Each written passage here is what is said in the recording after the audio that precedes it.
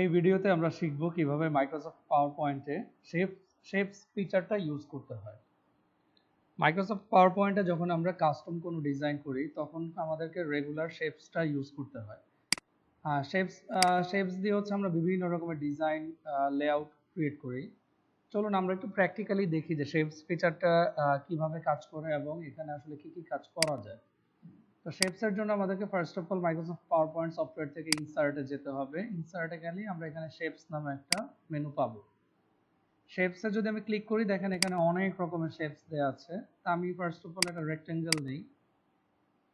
তো আমি first of all একটা রেক্টেঙ্গেল নিয়ে আমি ব্যাকগ্রাউন্ডটা আমি ক্রিয়েট করি। ব্যাকগ্রাউন্ডটা আমি নিলাম, নিয়ে আমি শেপ ফিল থেকে আমি একটা কালার চুজ করি। আর এই ব্লু কালারটাই আমি নিলাম। তো এখন আমি হচ্ছে শেপস নিয়ে কিছু কাজ করব। দেখেন আমি এখানে এখন আরেকটা ছোট একটা রেক্টেঙ্গেল নেই। এইটার কালারটা আমি একটু চেঞ্জ করে দেই, এটা একটু অরেঞ্জ কালার করে দিলাম। ইনসার্ট থেকে আমি শেপস থেকে এখন একটা সার্কেল নিই। সার্কেল নিয়ে দেখেন আমি যখন সার্কেলটাকে নর্মালি আমি মাউসে প্রেস করে ধরে টানাটানি করতেছি, দেখেন এটা কিন্তু এক্সাক্ট সার্কেল হচ্ছে না, এটা অন্য ডিফারেন্ট শেপে হয়ে যাচ্ছে। এক্ষেত্রে আমাদেরকে শেপস নিয়ে কাজ করার সময় অবশ্যই শিফট চাপ দিয়ে ধরে রাখতে হবে যদি আমি এক্সাক্ট সাইজ চাই, এটা যে কোনো শেপসের ক্ষেত্রেই হোক। সো আমি শিফট চাপ দিয়ে ধরে আমি এটাকে এখানে সেট করলাম। এখন এটার কালারটাও আমি একটু চেঞ্জ করে দেই, এটাকে আমি ইয়েলো কালার করে দেই যেন এটা চোখে পড়ে। তা আমি ইনসার্ট থেকে এখানে আরেকটা শেপ নেই, এই শেপটা আমি নিলাম। আমি এটা শিফট চাপ না দিয়ে রেখেই আমি এটা নিয়েছি। এটার কালারটা আমি একটু গ্রিন কালার করে দিই। দেখেন এখানে কিন্তু তিনটা শেপ আমি নিয়েছি। সার্কেলটা পজিশন গুলো একটু দেখেন, সার্কেলটা মাঝে আছে, অরেঞ্জ কালার এটা একদম নিচে আছে এবং গ্রিন কালার এটা সবার উপরে আছে। তো আমি যদি চাই যে এখন আমার এই ইয়েলো কালারের সার্কেলটাকে সবার উপরে নিয়ে আসতে, সেই ক্ষেত্রে আমাকে কি করতে হবে? দেখেন এই ফরম্যাট মেনুতেই এখানে ব্রিং ফরওয়ার্ড এবং সেন্ড ব্যাকওয়ার্ড নামে দুইটা অপশন আছে।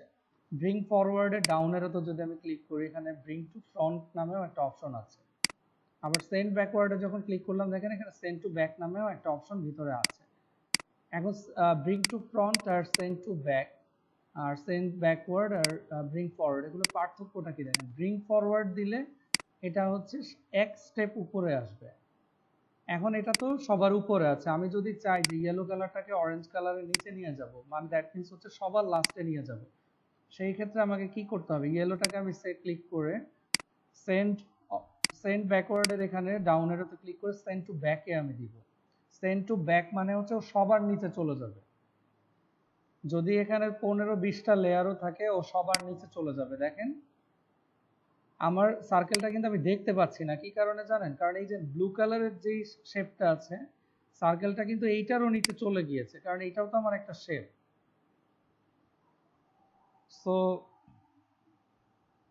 আশা করি বুঝতে পেরেছেন যে এটাকে আমি কিভাবে একদম ব্যাকে নিয়ে গেলাম। এখন যদি আমি চাই যে অরেঞ্জ কালারটাকে সবার উপরে নিয়ে আসবো, সেখানে ব্রিং ফরওয়ার্ড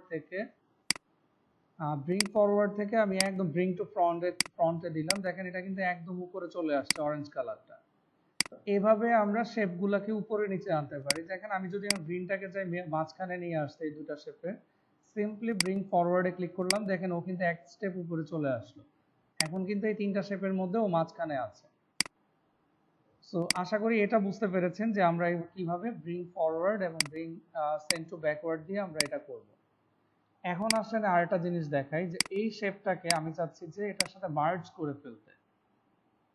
সো সেই ক্ষেত্রে আমি কি করব? আমি অরেঞ্জ কালারটাকেও সিলেক্ট করলাম, শিফটে প্রেস করে সার্কেলটাকেও ক্লিক করলাম। দেখেন এখানে মার্জ শেপসটা অ্যাক্টিভ হয়েছে। আমি যদি বাইরে ক্লিক করি বা একটা সিঙ্গেল শেপে ক্লিক করি, মার্জ শেপটা কিন্তু অ্যাক্টিভ থাকে না। তো দুটাকে যখন একসাথে সিলেক্ট করলাম মার্জ শেপ, এখন দেখেন ইউনিয়ন যদি আমি করি তাহলে দেখেন আমার এই শেপটা কিন্তু দুটো মিলে একটা সিঙ্গেল শেপ হয়ে গিয়েছে। সো আমরা যদি কখনো ডিজাইনকে বা কোনো শেপকে যদি মার্জ করতে চাই সেক্ষেত্রে আমরা ইউনিয়ন করব।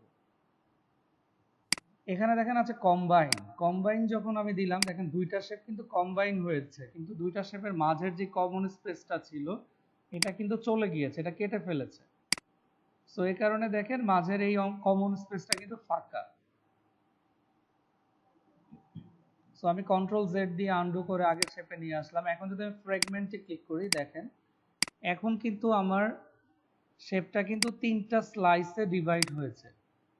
সো আমি কিন্তু এটাকে খুব ইজিলি এখন দেখেন আলাদা করে ফেলতেছি 3টা স্লাইসে। সো ফ্র্যাগমেন্ট দিয়ে আমরা যে কোনো শেপগুলোকে আলাদা করে ফেলতে পারি। ইন্টারসেক্টটা যখন আমি দিলাম তখন কি হলো, আমার শেপসের বাকি সব পোর্শন কেটে গিয়েছে, কিন্তু শুধু কমন যে স্পেসটা ছিল সেটা থেকে গিয়েছে। সো কম্বাইন এবং ইন্টারসেক্টের ডিফারেন্সটা দেখেন, কম্বাইনে হচ্ছে আমার মাঝের পোর্শনটা কমন স্পেসটা বাদ চলে যাবে, বাকি সব কিছু থাকবে। কিন্তু ইন্টারসেক্টে আমার বাকি সব স্পেস চলে যাবে, শুধু কমন স্পেসটা থেকে যাবে। সাবট্রাক্ট যখন দিলাম, দেখেন আমার উপরের যেই অপশন যেই শেপটা ছিল, উপরের শেপটা নিচের শেপের যেই কমন স্পেসটা ছিল সেটাকে কেটে চলে গিয়েছে।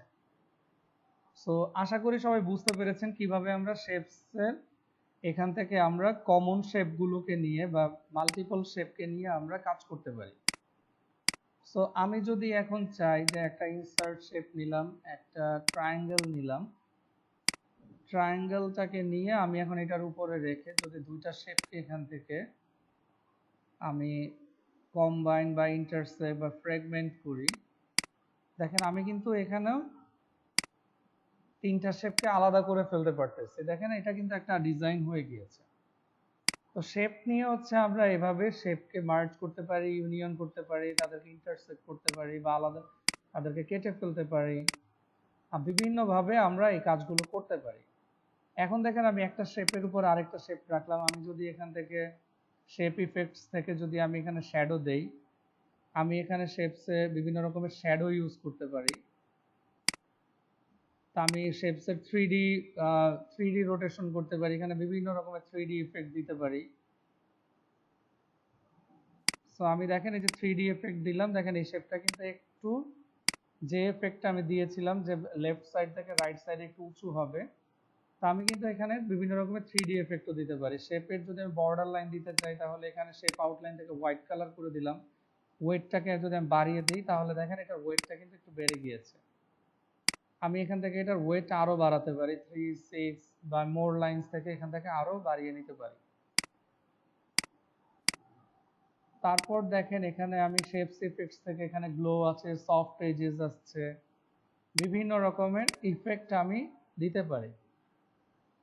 প্রিসেট থেকে এখান থেকে আমি বিভিন্ন রকমের প্রিসেট দিতে পারি, তাহলে আমার শেপ দেখেন আমি যখন এই ইফেক্টটা দিলাম, আমার দেখেন এটাকে একটু 3D টাইপের চলে এসেছে। এখন আউটলাইন থেকে আমি এটাকে হোয়াইট করে দেই এবং আউটলাইনের ওয়েটটা যদি কমিয়ে দেই, তাহলে দেখেন এটা কিন্তু দেখতে ভালো লাগবে। সো আশা করি বুঝতে পেরেছেন যে আমরা দেখেন কত সুন্দরভাবে শেপস নিয়ে কাজ করতে পারতেছি। আমি এখন ইনসার্ট থেকে একটা সার্কেল নেই, একটা সার্কেল আমি এখন এই শেপসের মাঝখানে রাখলাম। এটার কালারটা যদি আমি হোয়াইট করে দেই, আউটলাইনটা নান করে দিলাম। এখন দেখেন আমি এটাকে একটা ইফেক্ট দেই, শ্যাডো থেকে আমি এটাকে শ্যাডো দিলাম, ইফেক্ট থেকে 3D রোটেশন দিয়ে দেখেন এটাকে আমি 3D করে দিচ্ছি। সফট এজেস দেখেন এটাকে কিন্তু আমি একটা 3D লুক নিয়ে এসেছি। সো এভাবে আমরা শেপ নিয়ে অনেক রকমের কাজ করতে পারি, যেটা হচ্ছে আমরা যখন কাস্টম ডিজাইন করি, কাস্টম স্লাইড ডিজাইন করি, তখন এগুলো আমাদেরকে জানা প্রয়োজন। তা আমি যদি এখন চাই যে এই শেপের মধ্যে আমি টেক্সট বক্স নিয়ে এসে কাজ করব, সেক্ষেত্রে আমি দেখেন এই টেক্সট বক্সে যদি ক্লিক করি, এটা এখন সিম্পলি আমি টান দিয়ে দিই যে আমি এখানে কি কাজ করব। আমি লিখে দেই যে টেক্সট বক্স। টেক্সট বক্স লিখে আমি কিন্তু এখন টেক্সটের হোমে গিয়ে আমি এখন টেক্সটের ফরম্যাট করতে পারি। ফন্ট সাইজ বড় করে দিলাম, ফন্টের কালার চেঞ্জ করে দিলাম, আমি কাস্টম সবকিছু ডিজাইন এখান থেকে করতে পারবো। সো আশা করি সবাই বুঝতে পেরেছেন মাইক্রোসফট পাওয়ার পয়েন্টে কিভাবে আমরা শেপ নিয়ে কাজ করতে পারি এবং শেপের বিভিন্ন ফরম্যাটগুলো ইউজ করতে পারি। Thank you.